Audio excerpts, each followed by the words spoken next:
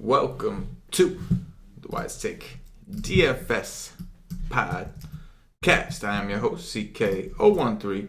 You can find me on Twitter at CK_013. And I'm joined once again by one of Wise Take's finest DFS analysts, Mr. CashinDFS. You can find him on Twitter at CashinDFS. Cash, how are you doing tonight? Well, hot as balls, and Godly sucks on them. He did suck. He was doing well, and then my Bass was okay today. Faded. The Yankees played Fires, and Godly is the worst pitcher on the slate. Yeah. It's terrible. Yeah, I didn't see that coming. I didn't play Godly. I actually stacked the Giants, but I did not see Godly's implosion coming. I kind of figured they'd just get him out of the game and take advantage of the bullpen. I'm actually first right now in the $50 single election on DraftKings. Only $750. There's only 100-something people in it. But pitching was horrible all around, man. My pitchers didn't do great either. I mean, I had Clayton Richard, but I had, what's his name, Domingo Germán. He didn't do well. He got like a 7. You know what I'm saying? Yeah, I think he got 7. Most of the pitchers did bad today. I think Fires, who you mentioned on the podcast the night before, he might have been one of the better options on the slate. I think he's the highest scoring pitcher. He was. Maybe Clayton Richard hasn't beat. I don't know. Catch him. Yeah. I mean, he'll probably get the win, so he might get a little. He's going to get the win. He's definitely going to get the win. Yeah, I think so. But yeah, I don't know what Holland did though. I know Holland was can guys. Holland's not going to get the win, man. He gave up a 2-run double, and then they pulled him out of the game, pinch hit for him in the fourth inning. So he's not even going to get the win. So really, man, pitching was just horrible. It just really was, man. It just was a situation. Yeah, where the lowest on pitcher is cheap, and he's going to outscore everybody. I think. Yeah, exactly. He was 3%. Like, gotta love DFS. But all in all, seems like as a whole, as a company, seems like a pretty good night. I know Paulie's smashing right now as well. At least I saw a couple of screenshots from him. So I ain't smashing. All in all, as a whole. Let's move on though, because you know what, this was a slate where we didn't have pitching. That was kind of like the comfort zone. We had no pitching, bad ballparks. This slate right here coming up though, this is kind of the opposite here. We've got some good hitting environments. We've got some good matchups, and then we have some elite pitchers that are out there. So I'll tell you one thing that I think you might like. Your boy Marco Estrada. Not your boy. I know you like Professor Sanchez, but he's 4-1 against the Yankees. That's going to be the test. Interesting, man. How low could you go? I know that you played this guy. Definitely got to go. I mean, there's BVP there, so yeah. We got to go look at that. We do, and we will. Like I said, Cash, we got a lot of games. 14 of them, man. And we got Scherzer on this slate. I think Mad Bum's coming back on this slate. We got Corey Kluber. We got all kinds of pitching goodness. And we have a bunch of pitchers that I've never heard of. So interested to see what some of these guys do.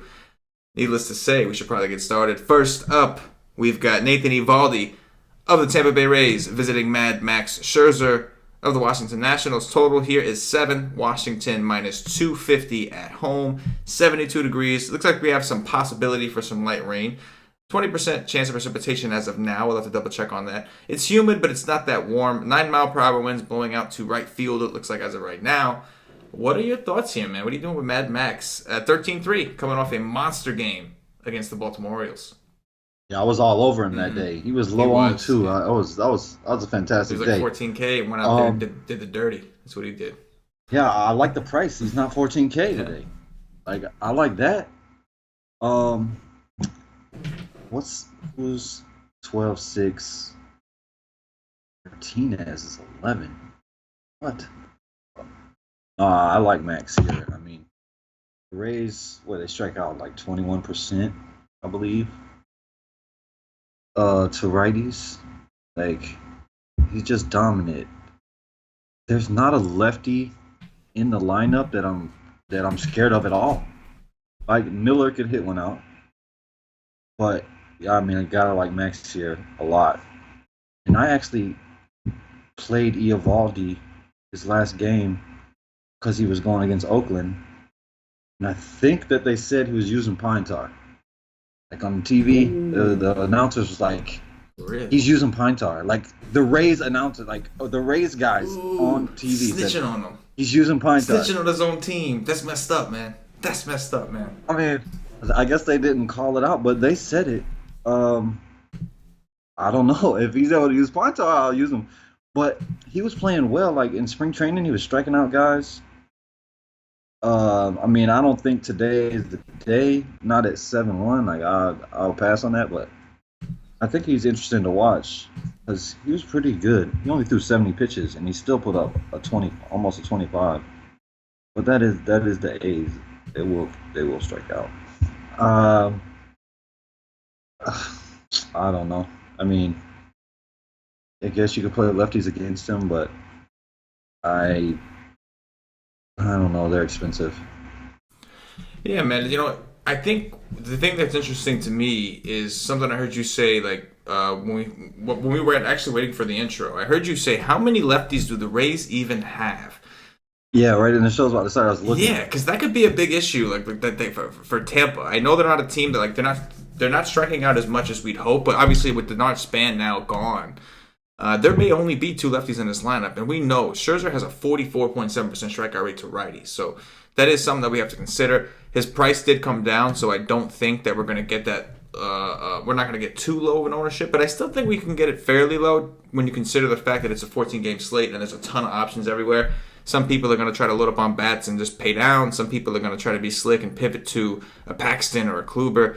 But coming off the game he's coming off, I think Scherzer's going to get a fair amount of attention, rightfully so. He's pitching at home, big ballpark, and he's got a Tampa Bay team that, while they have been pesky at times, overall one of the weaker offenses in the league. It's going to be interesting. If they really only throw out Malik Smith and Wendell, man, like Scherzer could really go out there and ball. We know how lethal he is to righties, man. Lethal. And Wendell is good. I like Wendell, but I'm not really scared of him going yard. Right. I mean, he can because Max can be throwing it 100 miles an hour, but I mean, I'm not scared of that. Yeah, man. Definitely. I hear you on that. So Scherzer's definitely going to go in the, like most nights, he's going to go in the maybe pile with a strong one. Yeah, he's the best pitcher in baseball. Maybe, right? So, yeah, we'll have to see about that. Eovaldi's interesting. I mean, 7-1's a little too expensive for me, especially when he pitched well and they only let him throw 80-something pitches. So I'm a little concerned about the upside. I'm hoping that we can find better options. If not, we may have to come back. But my first initial instinct is I don't want Eovaldi. It is interesting to note that if he is using pine tar, though, someone keep an eye on. Maybe we don't want to, pick on him too much either if he's getting away with it. He is coming off the DL, so yeah. Like he might need it. Yeah. let the guy have a little break. He might need it, yeah, exactly. But I don't think he's gonna go deep and right. He threw 70 pitches. That's it, and he was going. Like I don't even think he allowed a hit. Yeah, he had a no hitter, and like I don't see him going much over 85 probably today. Right, absolutely. So yeah, interestingly enough, Scherzer definitely stands out as the guy so far. I'm sure he will be. Next up, Ross Stripling of the Los Angeles Dodgers. Patio Joe's Los Angeles Dodger. Shout out to Patio Joe. We love you, bro. Visiting Joe Musgrove of the Pittsburgh Pirates. Total here is 8. Pittsburgh plus 105. Home underdog, 65 degrees, 71% humidity, 8 mile per hour winds blowing out to center field. Stripling 9.6 on DraftKings, Musgrove 7.5. What do you think, Cash? I mean, I've missed this Stripling. I don't think I played him in any game because he was going to be chalk against San Diego, and then I think he was chalk against Philly. I have missed all these 30-point games. But the guy is playing really well. Like, he's striking out 9 to 10 a game. But I don't think that's for me. Like, I missed it already. I'm not going to jump on now. Against Pittsburgh, like, they don't strike out enough for me, under 20%. I probably will miss it again if he goes for 30. Musgrove, he's interesting. Like, he is good. Like, he is good. He got to throw 100 pitches. He went from 67 to 100. He's interesting to me. Salvador Perez home run. Did have Kansas City bats today, but damn, God, you suck. I think that Musgrove is interesting. The Dodgers going into a big park. Oh, they play in a big park anyways, but Musgrove's interesting at 7.5. And I don't think I want to attack either one of them. Yeah, man, I'm with you. I mean, we got a big park. We don't have the greatest environment for hitting as far as weather's concerned. Stripling may be a little too expensive for me, given the fact that we do have guys like Scherzer, so I'd be playing Stripling as an SP1 and sacrificing on some of the other elite arms. And the Pirates, obviously, they don't strike out a ton. I do think Stripling is a good pitcher. And Musgrove, man, he's definitely interesting. We talk about the Dodgers were red hot. They're coming out of cores. Going to be going to the opposite type ballpark into Pittsburgh. It's interesting. I think Musgrove is an option, even at 7.5. Again, I'd like to see it a little cheaper. I'm hoping. I know we have a lot of guys like really, really cheap, and I have a feeling like those are going to end up being the guys that we try to figure out who to roll with there, because there are so many, top arms up top. So Musgrove and like Eovaldi and Stripling, like as of right now, my initial thought is they're kind of priced out a little bit. But I do think Musgrove can go out there and have a pretty good game. I wouldn't be surprised at all if he went out there and balled out against the Dodgers. He's been good, man. He's been really good. Here we go. This is the one. CC Sabathia, the lefty from Paulie D's New York Yankees, visiting Marco Estrada of the Toronto Blue Jays. Total in this game is currently 10. Toronto plus 145, home underdogs.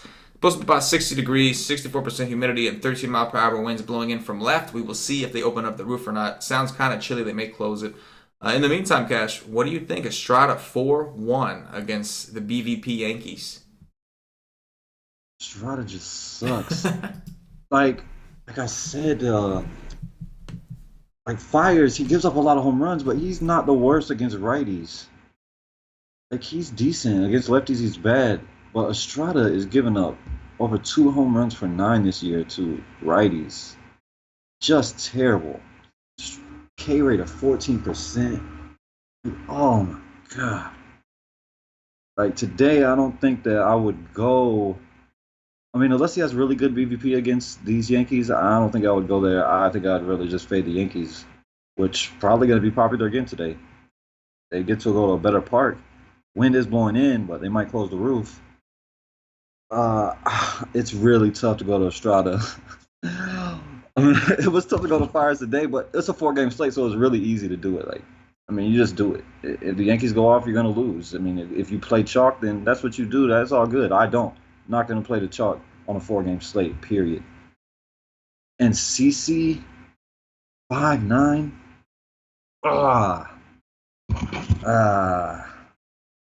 I mean, I think it's just too big of a slate for me to pull that trigger. I don't think he's gonna get blown up though. I doubt it on CC, but I don't want to play really no bats except my dude Hernandez, maybe Solarte.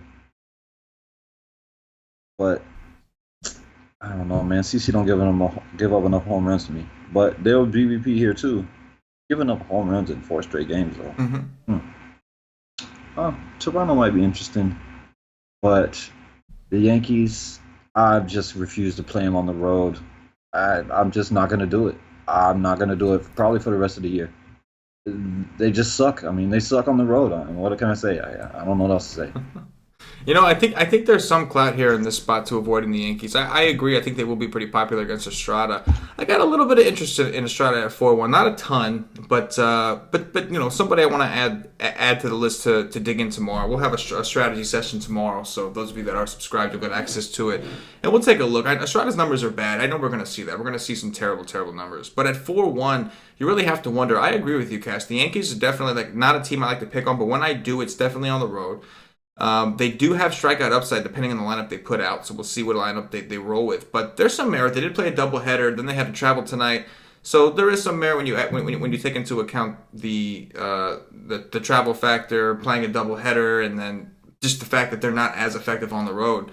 It's interesting. I don't think I could go with CC. I don't know if he has enough upside for me. And don't get me wrong, if CC was 4-1 like Estrada, I think I probably could. But CC's almost 6K. Estrada's 4-1. As far as the BVP, it looks like Stanton and Judge both own this guy. And Gary Sanchez, while he only has a 190 average, he has 4 home runs. Gary Sanchez does not look good at the plate, though. Cam did fill us in. I think he's I want to say he's going into tonight's game, he was 2 for his last 30 or something like that. And Cam was telling us his hard contact rate was like something crazy low. His soft contact rate was up, so something might be wrong. I heard rumors that he might be a little injured. So the problem is, like I said, Judge and Stanton both own this dude, man. Stanton 6 for 17 with 4 homers. Judge, 8 for 20 with 2 homers. Looks like even Neil Walker's got 2 homers. Tyler Austin's got 3 homers. There definitely is some BVP to go around on Estrada. But they really, really tempt you with that 4-1 price tag. So maybe the idea is to just avoid the Yankees and look elsewhere rather than pitch Estrada. But at 4-1, I got to take a look, knowing that there's all these studs up top. I got to at least analyze that tomorrow. You know what I'm saying?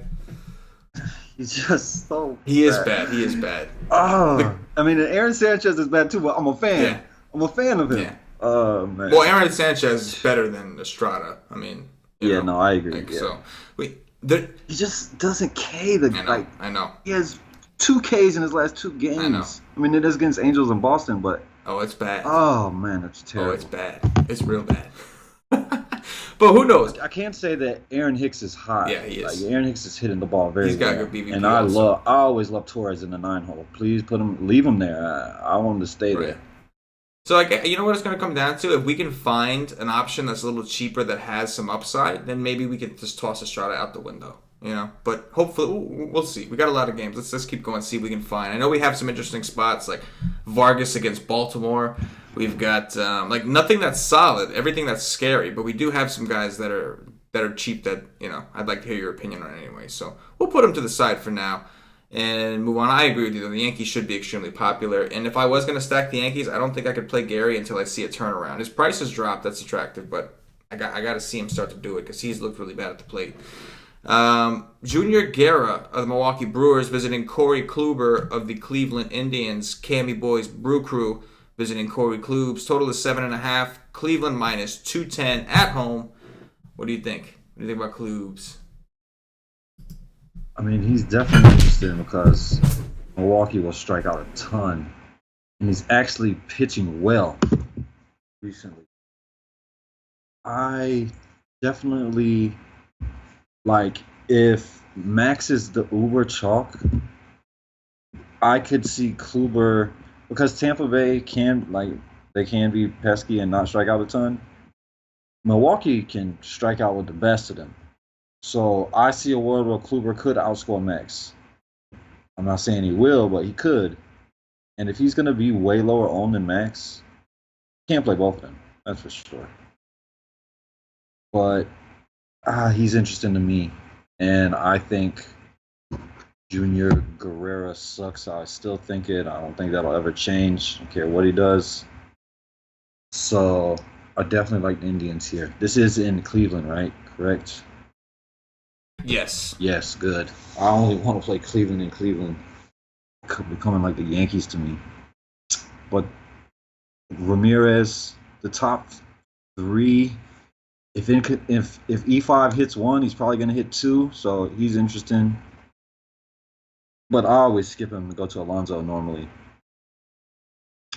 And Zimmer at the bottom, I like that too. You could wrap it around 9, 1, 2, 3, 4, or 5. I like that. Kipnis is hitting the ball well too. I like Cleveland here today. Yeah, man. I think Kluber is definitely an interesting pivot. Milwaukee. The wind's blowing in. Yeah. The wind does look like it's blowing in. 11 miles per hour. I forgot to mention that. 66 degrees, 55% humidity. So an ideal pitching weather, I'd say, out in Cleveland. Yeah, I think Kluber is definitely interesting. The question is, am I saving enough money to come down there? And that I don't know. I will say that the Brewers are actually striking out a lot more than the Rays this year. The Brewers against righties have climbed up the charts. They weren't that bad at the start of the season. And against lefties, they still aren't that bad. But against righties, 24.3% as a team, 7th in the league. Opposed to the Rays, who are actually 19th in the league, 21.6%. That, of course, we're still waiting on the Denard Span numbers to kind of equalize and see how that works out. But all in all, I will say that Kluber should be significantly lower owned. He has looked really good. His numbers aren't as impressive as Scherzer on obviously on a strikeout level, but they're still phenomenal. 27.6% strikeout rate, a 2.86 xFIP, man. He's been good. He looks pretty damn good, and he's got some making up to do. He's just struggling towards. He was. So I was just about to say he's got some making up to do because he did. Yeah, he's been good. All in all, he did struggle a little bit. Could have been some variance. Who knows? Either way, I do think this is a good spot. Depending on the lineup we actually get from Milwaukee, it's going to be interesting. Kluber's the first guy that we've come across that could truly contend, obviously, with a Max Scherzer. And recency bias, I think, is going to put a lot of people on Max. So it's going to be interesting to see. how it goes down. You know what I'm saying? I do think that I agree with you on Junior Guerra. I don't think that he's very good. I'm not really sure how he's managing to really escape, because that's what he's been doing. He's been escaping. The last time he saw Cleveland, he struck out 9 guys. He gave up 4 earned runs, but he struck out 9 guys. Like, what the hell? I don't know, man. I think regression is going to bite this dude in the ass at some point. His BABIP is still low. His hard contact rate is up. He's got a 4.33 xFIP. It's not even anything great. So I'm with you. I think the Indians could get to this dude, especially the lefties. I do think that he's got regression coming. He's got high fly ball rates. Could see some home runs here. The Indians profile pretty well against the sinker, which is a pitch that he likes to throw. So I'm with you. I think the Cleveland stack is definitely an option here against Guerra. One thing I will say, though, is the Brewers do got some pretty good arms at that bullpen. So that's one concern. They got some pretty nasty dudes. Yeah, but if Cleveland gets to him like you need them to, then you'll have the long relievers, and those guys ain't shit. Yeah, you won't have the dominant guys. Agreed. All right, let's move it on. We've got Alex Cobb of the Baltimore Orioles visiting Jason Vargas of my New York Mets. Total here is 8.5. The Mets minus 125, 70 degrees, 54% humidity, winds blowing in from left field about 9 miles per hour as of now. Cash. The Orioles, man. I know it's a team that we like to attack, even with bad pitchers, but is Jason Vargas too bad? That's the question. Is he too bad? Hey, man. If Jason Vargas pitches like he did against the Marlins, then hell no. He's good. He's good enough. I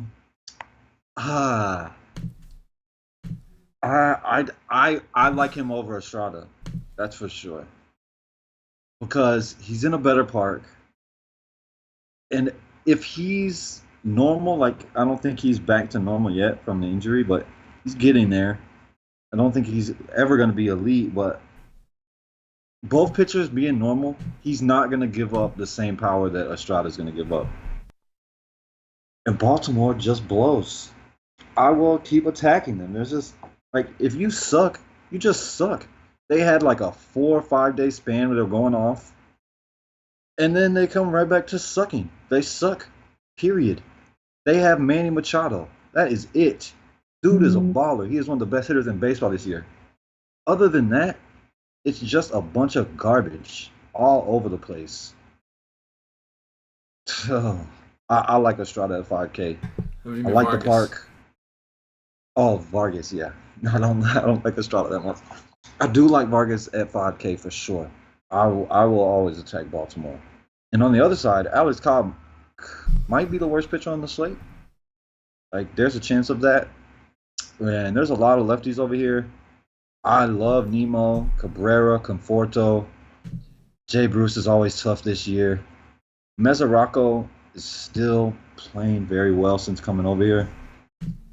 I like the Mets. It also looks like Todd Frazier could be coming back. That's good. He was good for y'all earlier. He was probably your best bat. Him and Cabrera was the best bat in the lineup early in the year. Yeah, I see him there at the 5-hole. I like that. I'd much rather skip Bruce and go to Frazier, even coming off the. Yeah, just because how bad Bruce has been. Oh my God, he's been bad.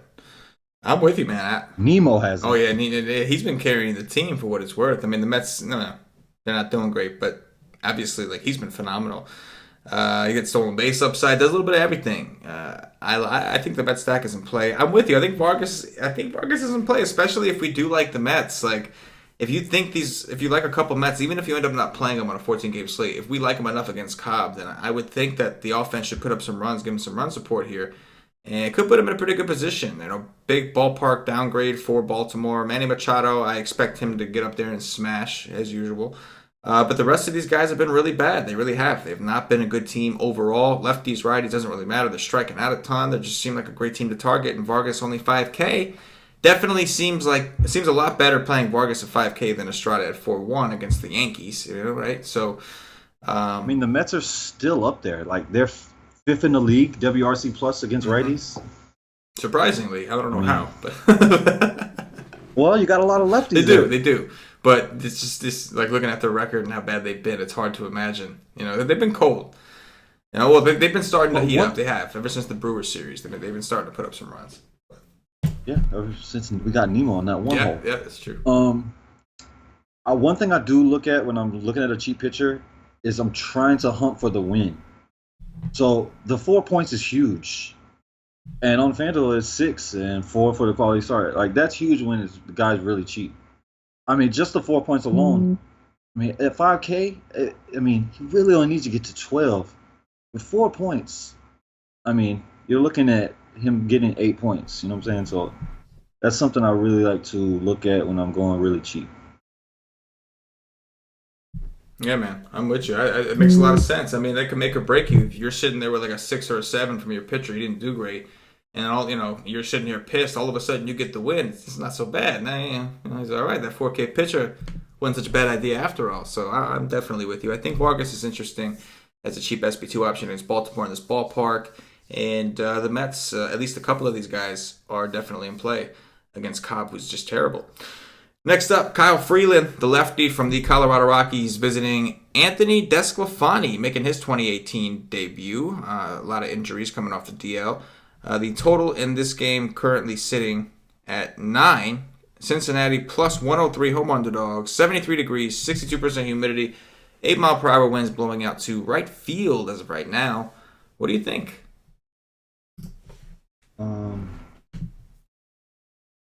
How deep is this guy gonna go? How was he in his rehabs? He allowed 10 runs over 19 innings. So that's 70K. Freeland. He's 8-1. I don't know. I mean, he's decent. Like Suarez, like these teams just played. Was Freeland pitch when it was in Coors? I have to go look at that. Suarez is a monster. Suarez is just pounding baseballs. Freeland is kind of interesting, but I don't know, man. This park, it's better than home. I think that this is the second best park in baseball. So I doubt it. I don't think the Reds give you enough upside. He's a lefty, so that is good. But like I said, Suarez and Duvall, they could both mash him, especially Suarez. He's just, oh my God, this guy's just killing everything. And then on the other side, I don't know. I don't know what this kid is, but if they get to this kid, they got this terrible bullpen behind him. Are you beating on your mic right now, or is that your heartbeat? Oh no, that was me pounding on my computer with my finger. The Rockies suck against righties. They are in a fight every day with the D-backs. Is the worst team in the league. But this guy, I mean, I got to go look at what he did in the minors, but right there on DK, it told me he gave up a bunch of runs. And I don't know, man. Colorado has to be in consideration for sure. Yeah, man. No, I think it's, if you think about it, people always talk about, oh, the Rockies suck on the road. They suck when they're not in Coors. They're in, like, probably, like you said, kind of the next best thing. They're in Cincinnati. So I know they're not going to have any altitude helping them, but they do have a really small ballpark. And even in their ballpark, even with the altitude, the Colorado course, the dimensions in Coors are actually big. It's actually a really big field. It's just the altitude that, carries the ball. But this is a situation where you don't have the altitude, but you do have a small field. So I think the Rockies could be interesting. Nobody ever really plays them when they're on the road, and for good reason. But Anthony Desclafani, I mean, he's coming back from the DL. Hasn't looked great. Even in his career in general, really hasn't looked great. Kind of been a little disappointing. Paulie D with a quick text also wanted to remind me that I think the Rockies and D-backs are tied for first place too. So, we'll see. Well, I think the Rockies could be interesting. Going with a team that's super popular normally when they're at home. Now on the road, they got Desclafani. We don't know how long he was going to go, even if he pitches well. We don't know how long to let him go. Coming back from the deal, then you got a bad Cincinnati bullpen behind him. So I'm talking a bullpen that is so bad that guys like Sal Romano are in the starting five. You know what I'm saying? So I think you're right. I think the Rockies are definitely interesting. The Reds, while I don't want to pitch Freeland, I do respect Freeland to a degree. So I think, like you said, Suarez, Duvall, maybe Casali. I don't mind some of those guys, but on a 14-game slate, I think I would definitely prefer the Rockies because I think they have more upside in general in this particular matchup. Yeah, you have a better memory than me because I don't even remember this dude pitching in 2016. Well, the reason I remember this dude is because he's actually from where I live. He's from like the next town over, so people made a big deal about him, and I've been kind of just monitoring and watching, and I haven't really, I'm not hating on Duke. Hey, I'm happy for him. I'm just saying, I'm noticing, keeping an eye. And he gets hurt a lot, man. Like, he's got talent, but then he got hurt. Came up, was terrible, got hurt. Came up, seemed like he was coming back, got hurt. It just, I don't know, man. It's just one of them dudes. And again, like, how long are they going to let him go? A guy with a serious injury history who didn't even look good in AAA. I mean, you weren't even getting it done in AAA, really. You know what I mean? So, I don't know. Got the Rockies in a small ballpark with some decent hitting weather. I don't know, man. Next up, we got this guy, Artie Lewicki of the Detroit Tigers, visiting Stephen Wright of your Boston Red Sox. The total in this game currently sits at, I can never damn find the Red Sox. There we go, 9.5. Boston minus 190 at home, 62 degrees, 71% humidity. What are you doing with your boys, Cash? Well, why I don't like that temperature, they should be the chalk. Like, I mean, they got to be the chalk. They're the best team in the league against righties. They're going against Artie Lewicki. I don't even know how to pronounce his name. I can guarantee you he's not very good. He's a bullpen guy? I think so. I mean, he's young. I think he's a long reliever. He's never pitched over 3 innings this year. Yeah, he has one. 6 innings, 6 games he played in, 0 starts. So he's a bullpen guy. Oh man, like JD is hurt. I don't know if he's gonna be there, but I hope so. Like, you gotta love it. Mookie Betts, please come back. How long is Mookie Betts out? What is going on here? I think they ended up putting him on the 10-day DL for his oblique. Oh, they did. Damn it. That sucks. You gotta love it though. Benintendi, Bogarts, JD, Moreland. Nunez is okay. I mean, he doesn't have the power I'm looking for, but Devers, you gotta love all of them. All of them. Love them. And then Stephen Wright, not very good either. And Detroit has been swinging bats. I like the bats on both sides of this game. Candelario, Goodrum, Martin, Castellanos. I'm not playing Miggy, and I will never ever play Victor Martinez ever in my whole entire life. But I like those bats, especially Candelario. Dude is on fire.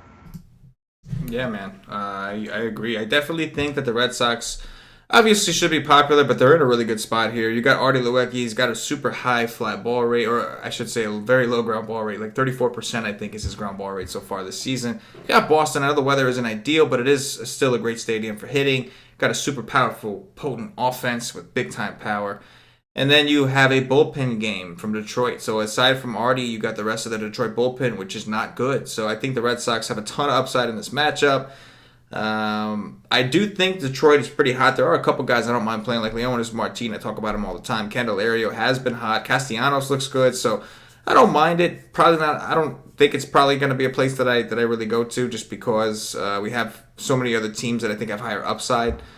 Not sure how much upside they have in this particular matchup, but it is a good ballpark, and the Red Sox kind of stand out as an obvious play, especially if JD plays. If JD's out of there, that's going to suck because they're missing 2 of their best hitters. And the rest of the guys, while they are good hitters, they're not like locks like JD and Betts. They're like locks every time. Like, you know what they're going to do. These other guys, they're not locks, This guy still hasn't given up a home run this year, Yeah, though. that's true. I will say that. That is a good point. That is true. It'll be interesting to see what happens. I know I feel like I've said that a million times. I probably have. I know. My bad. Bear with me. It's late. Zach Eflin. I mean, it could be an alright fade if they're going to be super chalk. I agree. I mean, I want home runs. For the simple fact that we have so many games. Like, I don't think we have to get married to any offense. You know what I mean? Because there's so many games. There really are. And we know, like, a high concentration of ownership is going to go to the Yankees. It's going to go to the Red Sox and these usual chalky-type teams. So I'm with you. That makes a lot of sense. Next up, we got Zach Eflin of the Philadelphia Phillies visiting Kyle Hendricks of the Chicago Cubbies. Total in this game is not available because we're waiting on the wind. Chicago minus 200. I'm seeing 61 degrees, 55% humidity, and I'm seeing 12 mile per hour winds blowing in from center field. What do you think here? How is Eflin against lefties? Wow. Got a good K percentage. I wish he was at home. This is in Chicago, right? Yeah. Probably not. Probably not. I like to attack the Cubs, but probably not with Eflin. Kyle Hendricks, he blows. Um, it looks like the wind is blowing in, so this might just be a total stay away for me. Yeah, I don't really want to pick, even with the wind blowing in. I don't really want to pick on the Cubs offense, especially not with Eflin. I know his velocity's up and he's a little improved from what we had maybe a year or two ago, but still not totally comfortable with that guy, especially not against a good offense, even with the wind blowing in. Hendricks is a guy I never play. I will acknowledge the Phillies are one of the highest strikeout teams in the league against righties. It's a good cash game. Right, right. And Hendricks is always relatively safe. Of course, the concern here is his price. Like if you're playing Hendricks, does he have the upside? Even in this matchup, Phillies are like top three, first or second in the league in strikeouts to righties. Even with this kind of matchup, how much upside does he really have? That's the question with a guy like Hendricks. I think his upside gets a raise here between the wind blowing in, between the Phillies striking out so much. But does he have enough to be able to get you off of a Kluber or a Scherzer? Because pitching him with those guys is going to be really tough to get the bats you want in there. So some question marks for sure, but he definitely seems to be a great in a great matchup. I do think he's safe, and I think he has a pretty solid. I think he has pretty interesting upside when you consider that his matchup is against the Phillies, and the Phillies strike out a ton against righties in general. Really, They've never really let him go very deep. right? Hendricks, and they were earlier, but the last 3 games, 71 pitches, 88 pitches, 71 pitches. I don't like that. No, definitely some concern. But if he's dealing, I think they'll let him go a little bit. He has to really be on though. He's got to keep his pitch count low. He's got to be getting strikeouts. If he gets in trouble, they don't like to leave him out there with when he starts getting in trouble, and for good reason, I would say. Moving on, we've got Sean Manaea, the lefty from the Oakland Athletics, visiting Matt Moore of those Texas Rangers. Total here is 10.5. Texas plus 125, home underdogs. 93 degrees, 48% humidity out in Texas. We do have the wind blowing in, but obviously we know that the stadium is kind of designed in that wind tunnel where it's almost better when the wind's blowing in, I believe. Tell them how it is, Cash. What do you think? Wow. But Matt Moore is so terrible against lefties. I wish that this was a different team. The Texas Rangers. Sean Manaea is getting raped by righties. They're smashing the ball against him right now. But there's no righties here that Beltre is 100 years old. I don't care nothing about Beltre. Keener, Falafa, I don't know. This guy, the only thing he can hit is singles. The one bat, Chirinos has the major power, but he can be really bad. He could go for 2 home runs. That's really only a DK play. I just sucks. I want to attack Manaea right now because he's getting. Oh man, the righties are just smashing him. But I can't do it with Texas. I think I could actually even go to Manaea because nobody's going to pitch him. Looking at his last few games, it's been terrible. 5 games in a row, 6 games in a row, he's just been bad. He is getting smashed by righties. And on the other side, Matt Moore is terrible. He's the worst pitcher on the slate versus lefties. I want to stack Oakland here. Moore is garbage. He's just garbage all around. He's just terrible. He is pretty high against righties, though. He's giving up less than a home run per 9 against righties. But Olsen is hot right now. Yeah, I told you on Friday, last Friday he had a 370 or 475 home runs. Play him that day on Friday. He got 2 home runs the next day. That was awesome. A's did great for me. The A's are hot right now. The A's get a great park. Really like the A's here. Really like the A's here. Oh, yeah, I'm with you. I think Manaea is interesting at 7-7. Definitely against the Rangers. He pitched really well against them earlier this season. He didn't strike out a ton of them. He went 8 innings and only had 4 strikeouts. That's kind of strange when you consider the fact that the Rangers strike out so much that he wasn't able to do it in 8 innings. Well, no. Earlier this year, they weren't striking out as That's much. true. No, that is true. It was kind of once the injuries and all that kind of started happening that they went downhill. Obviously, even though Beltre is old and I don't love him, still a downgrade in matchup. He's at least got some power. So Manaea is in play at 7-7, I think. I know he's been horrible, but it's the Rangers. At the same time, it's bad, terrible ballpark for him. He really hasn't looked good at all. So I don't think I get there, but I'll acknowledge like it's not a terrible idea to be thinking that because it is the Rangers.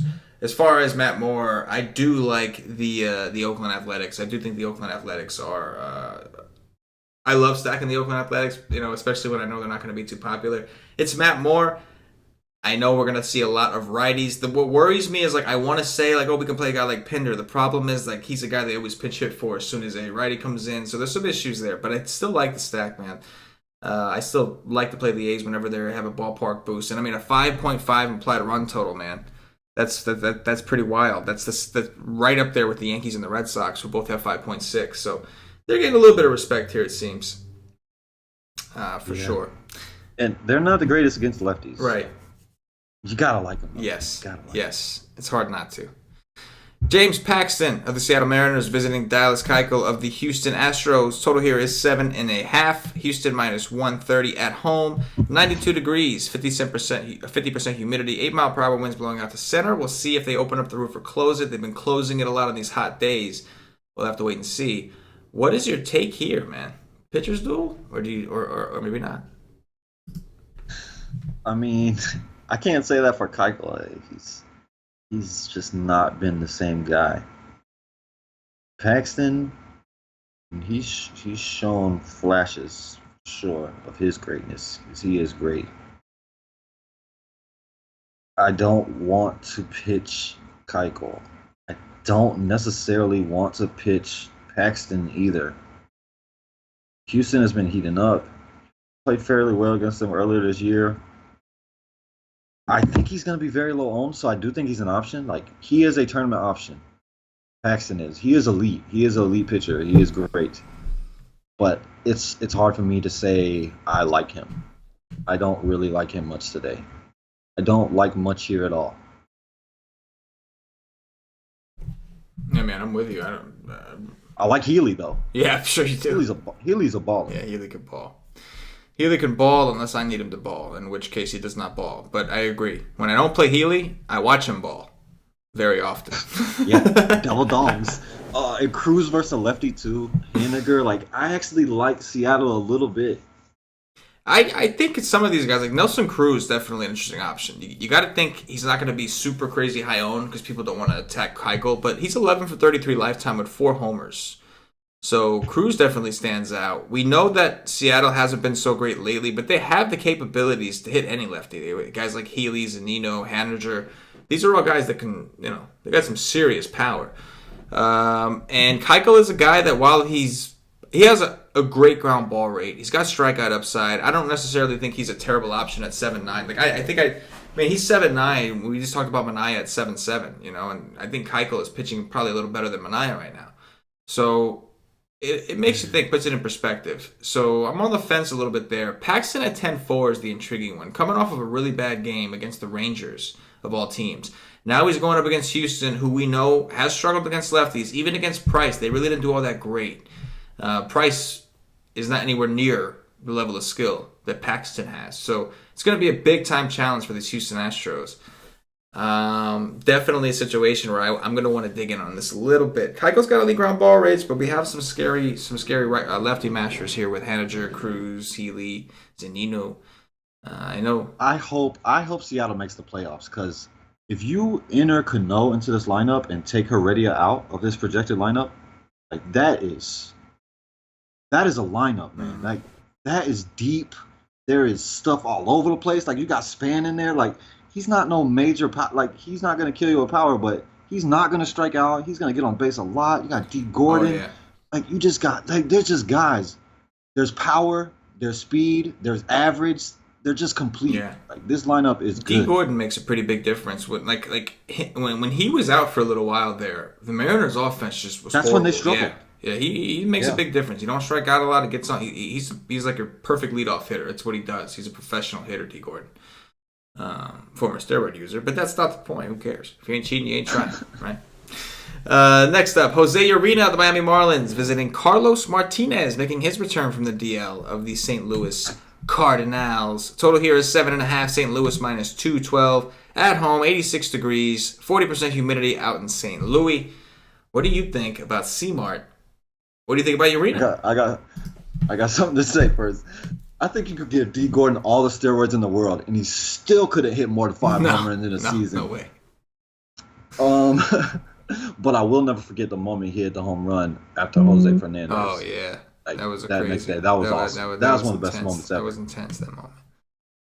But Carlos Martinez is ridiculous. Like 11K, there's no way I'm gonna pay that. There's no way. I don't know how long he's gonna let him go. There's no way that I could pay 11K for Carlos Martinez.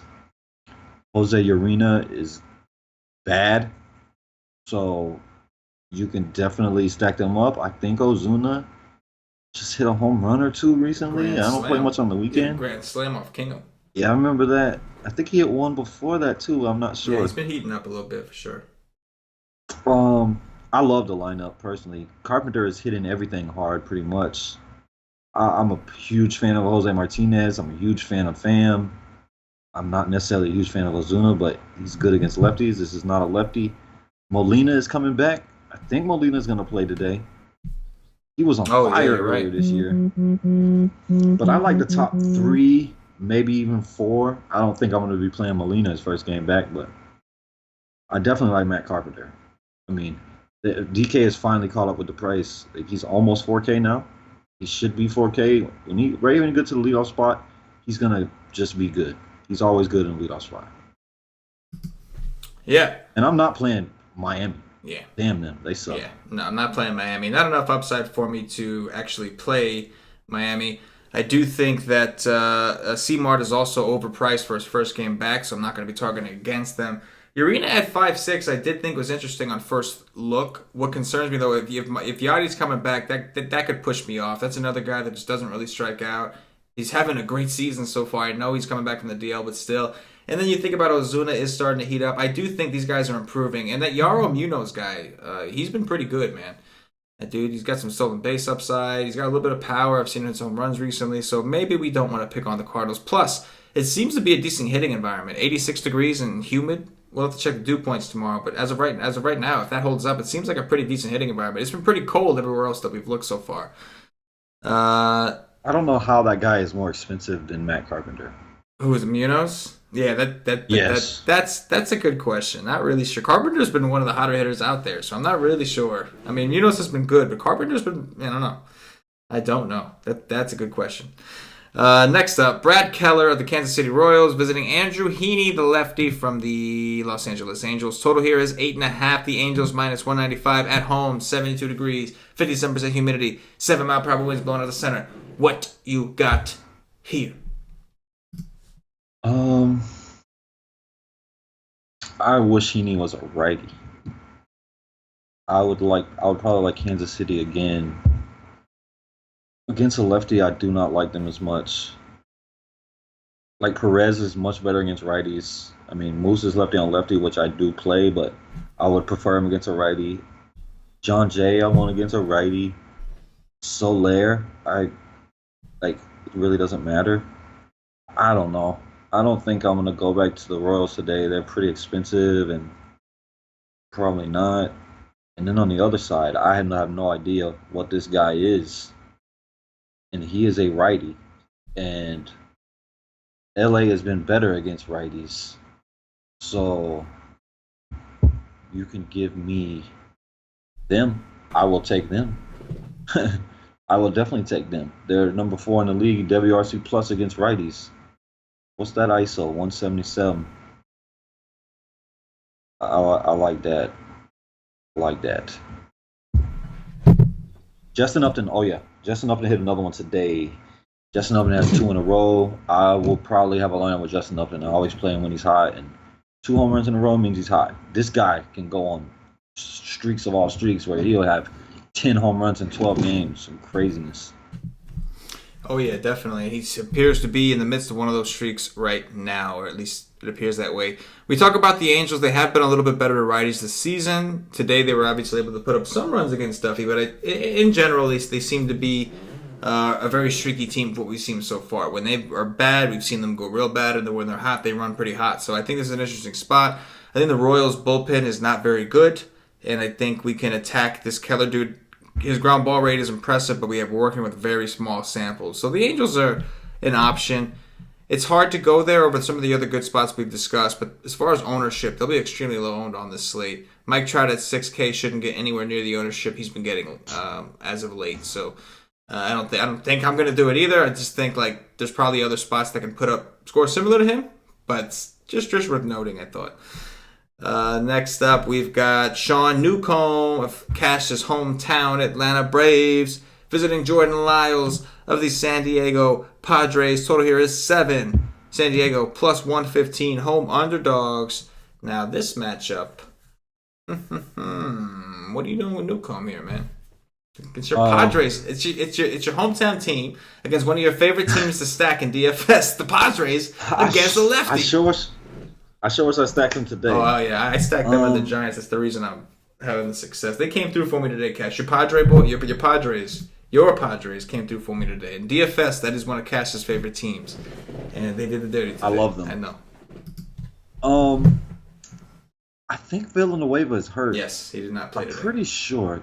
Yeah. So that does suck. They still strike out against lefties a lot. I think that I like Newcomb today, and with Teheran being the chalk today against these guys, I could see Newcomb coming in lower owned than he should be. It's still the Padres. Like, most guys that pitch against the Padres that has any kind of talent usually just become the instant chalk for some reason. I mean, I know why, because the Padres strike out a lot, but they do have upside. I mean, they just showed that today.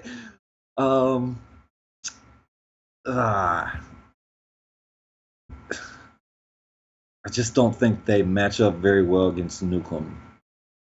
I think I like Newcomb. I don't think I would be going to these Padres.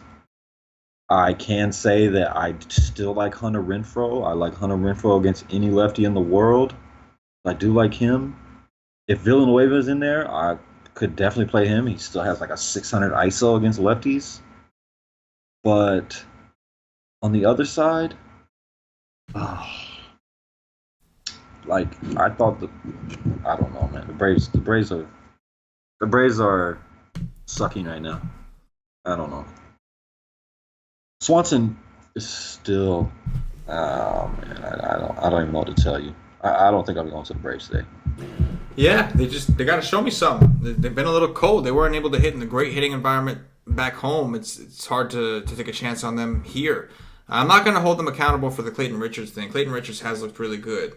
That's one of the reasons that I like them so much. And they did travel across the country. They did. And they had double headers before that. Like it was a rough road. But still don't think I could play the Braves right now with all these other offenses in play. I do think Newcomb is worth digging into. At 9.2, you're getting a crazy discount. So you're really only doing it. You're playing him probably instead of those other elite arms that we talked about. So you got to. The question is, does he have the upside? And the money you're saving, are you getting like your money's worth? Is it worth it to save? And are you getting enough bats, or are you getting a better SP2 that you really feel like is going to put you in a good position? Because it's going to be hard to roster Newcomb over a Scherzer, over a Kluber, even maybe over a Paxton.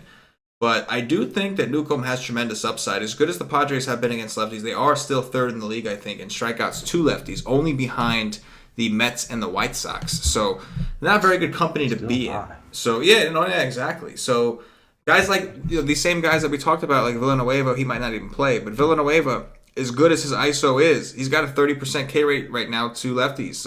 Franmil Reyes got solid WOBA and ISO, 43% strikeout rate to lefties. Hunter Renfroe even 30%, which I think that'll change at some point. So there is some upside here. Newcomb is worth looking at. It's a huge ballpark boost for him personally. So I do think he's an option.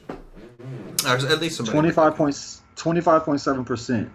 So almost it's almost identical to lefties and the righties. Yeah, they just strike out. And yeah, Reyes hit another home run today. He did, but it was against a righty. He still has never hit a home run against a lefty. He did hit a righty today. That he did. I will not be playing him against a lefty until he hits a home run against one of them. Fair enough. All right. Moving on to the last game here, Cash. Patrick Corbin, lefty from the Arizona Diamondbacks, visiting Madison Bumgarner, making his return. Total is 7. San Francisco minus 130 at home, 61 degrees, 64% humidity. What are we doing here? The Giants just exploded on Zach Godley today. What do you think about Patrick Corbin, who we've seen a decrease in velocity from and a decrease in performance from? Yeah, I think he's too expensive for me. I love to take the Giants, but I just think he's too expensive. I think he has upside if he pitches well, but the Giants are heating up, so I'll probably stay away. And the funny thing is, I think it was last week after the show, I was like, when is Mad Bum coming back? Mm-hmm. And then I was like, because I can't wait to play him against Arizona. Mm-hmm. I love this. One of my favorite things of baseball, to play him against Arizona in Arizona before the humidor.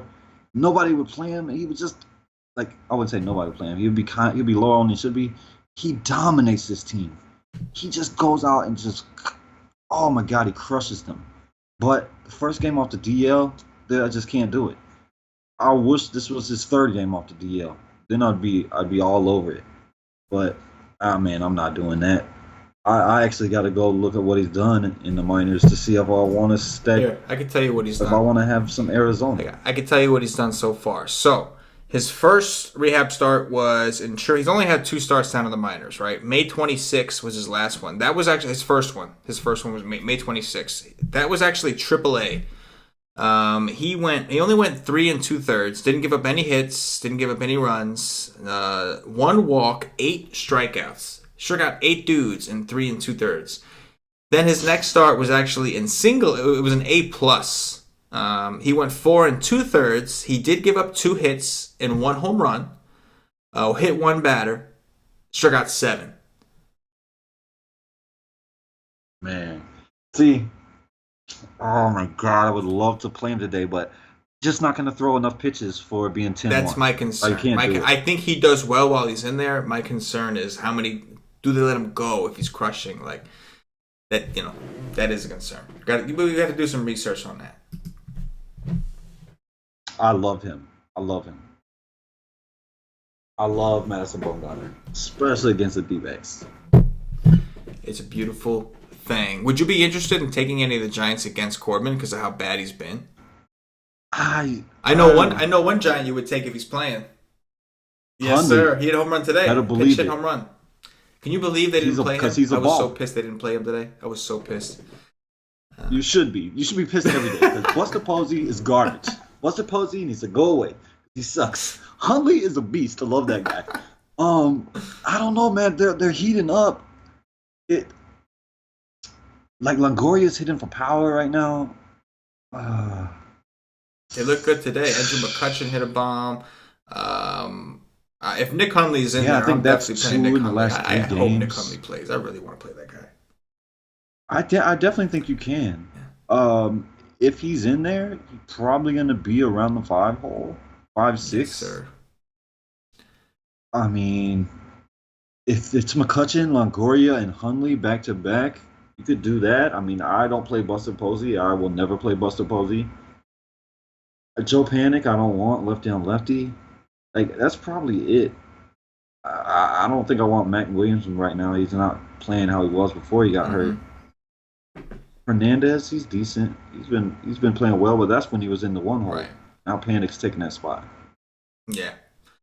Yeah, definitely an option. I'll tell you what, I'm not playing Corbin until I see something different. That velocity dip is really starting to get to him. He was cruising against the Reds, and all of a sudden just completely... It was like Zach Godley today. He was cruising and then just fell apart. And Zach Godley is mostly because of control. Yeah. Although Godley's velocity is down like 2 miles per hour in his last 15 games. He has taken a little bit of a dip, so something may be wrong. Maybe some tired arm, whatever the case is. Maybe his control problems are like mentally getting to him, so he's trying to slow it down so he throws strikes. I don't know. Something's off with him, though. Him and Corbin both. That pitching coach needs a good talking to. Figure out what's going on over in Arizona, man. You got a couple really good pitchers here that are struggling. I'm just saying, your offense is starting to get going, but now you're losing the pitching. It's take a look at that, coach. Anyway, that's going to do it for the game-by-game breakdown. I'm going to take this time to remind everybody, if you haven't already, check us out at whitestake.com. I don't know what you're waiting for. The nation as a whole is just crushing.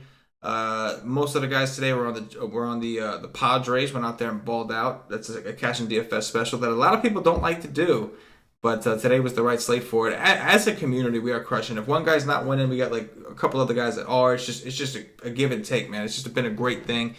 Come check out what we got. We got articles, GPP articles, cash game articles. We're doing the strategy session tomorrow. During the week, we do these strategy sessions about 1:30 p.m. Eastern, where we actually do our research together with the nation. There's a chat there. We share our screen. It's a great thing.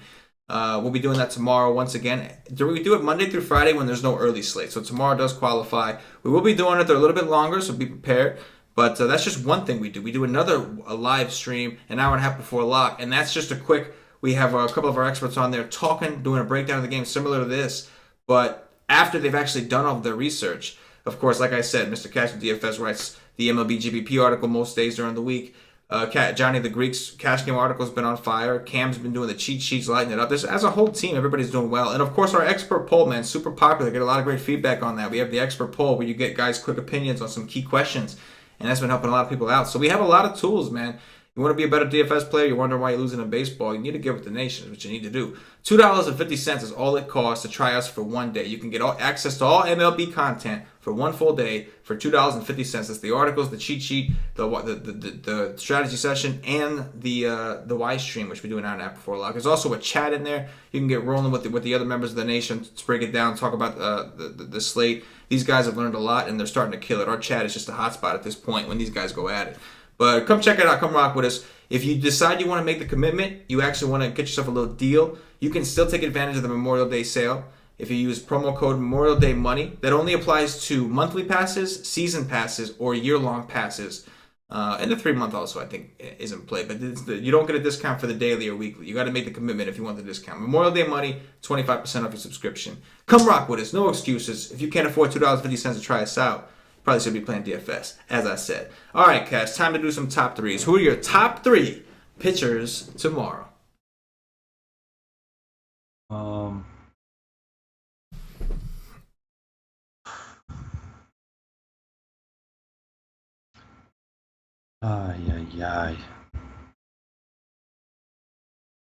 There is a lot to consider here. Whew. I mean,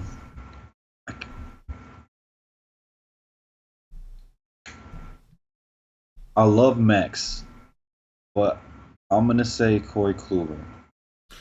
When you hear my top 3, it's tournaments. So. Tournaments, GPPs, all easy. I'm gonna say Kluber. I'm gonna say Jason Vargas, and then I'm gonna say.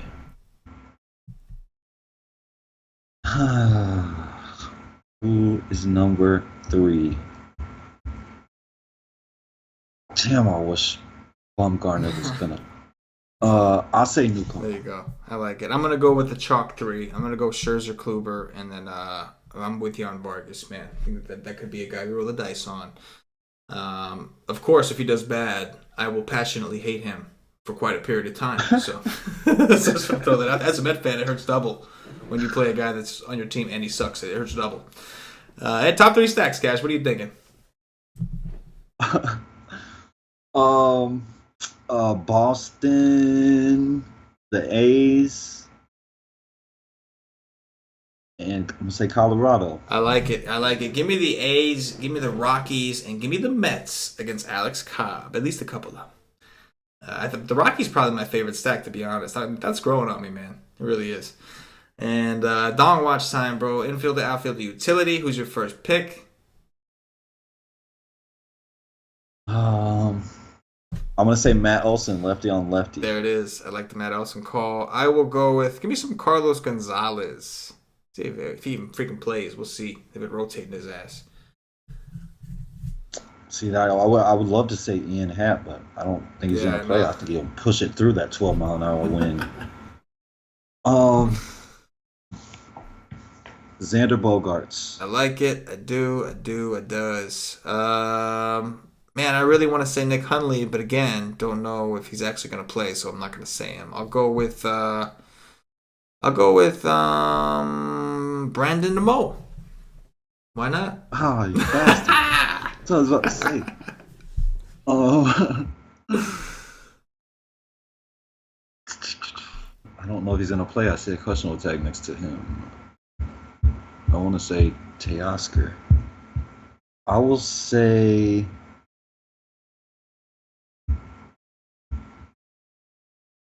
Candelario. I like that call. I need an infielder, so I will go with Marcus Semien against Matt Moore. Let's do it. And that, ladies and gentlemen, is going to do it for the Wise Take DFS podcast. If you're watching us on YouTube, please click that thumbs up, that like button, subscribe to the channel. You get notified whenever we do one of these cool-ass free videos.